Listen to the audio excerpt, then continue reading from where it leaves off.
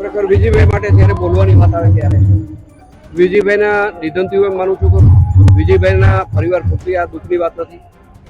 વિજયભાઈ જે રીતે સમગ્ર સૌરાષ્ટ્ર અને કચ્છની હારે જે રીતે નાતો રાખ્યો છે, જે રીતે નાનામાં નાના કાર્યકર્તા અને ખભાઈ ખભો મિલાવ્યો છે, જે રીતે વિકાસના કામને સૌરાષ્ટ્ર કચ્છને અને ગુજરાતને અગ્રતા આપી છે, એમાં ખાસ કરીને મારા વિસ્તારની વાત કરું તો ગોંડલ વિસ્તાર આરે વિજયભાઈને કુદરતી જે લગાવ હતો એમના તરફથી અમને એમના કાર્યકાળ દરમિયાન જે વિકાસના કામની જે ભેટો મળી છે, મને લાગે છે કે ગોંડલની પ્રજાને પીવાનો પાણીનો પ્રશ્ન હંમેશા માટે વિજયભાઈના શાસનમાં પીવાનો પ્રશ્ન ભૂતકાળ બનાવ્યો છે. વિજયભાઈ મને હંમેશા એક નાના ભાઈના સ્વરૂપે જોયો છે. વિજયભાઈ મને રાજકીય રીતે ખૂબ જ હૂંફ આપી છે. વિજયભાઈની કાર્યશૈલી, કાર્ય પદ્ધતિ જે કાંઈ હતી, મારું ભણતર રાજકીય રીતે ઘડવામાં પણ સ્વર્ગસ્થ વિજયભાઈનો ખૂબ જ મોટો ફાળો હતો.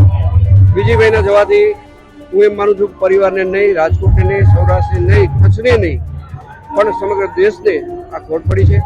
વિજયભાઈના આત્માને પરમ કૃપાળુ પરમાત્મા શાંતિ આપે એની પ્રાર્થના કરું છું. એમના પરિવાર ઉપર જે દુઃખ આવી પડેલું એ દુઃખ સહન કરવાની પણ ઈશ્વર એમને શક્તિ આપે એવી પણ ઈશ્વરને પ્રાર્થના કરું છું. વિજયભાઈના મારી સાથેના સંભાળના તો એક દિવસના છે ભાઈ.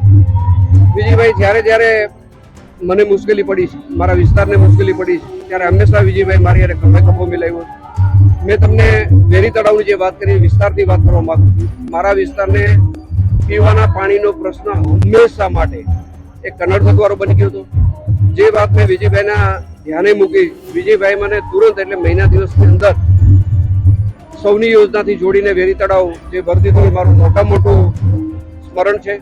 ગોંડલ માટે મોટામાં મોટી આ ભેટ છે. અને ગોંડલની જો વાત કરીએ તો વિજયભાઈના જવાથી એક અમે બધા મોભો ગુમાવ્યો છે, એટલું બધું અમને દુઃખ છે.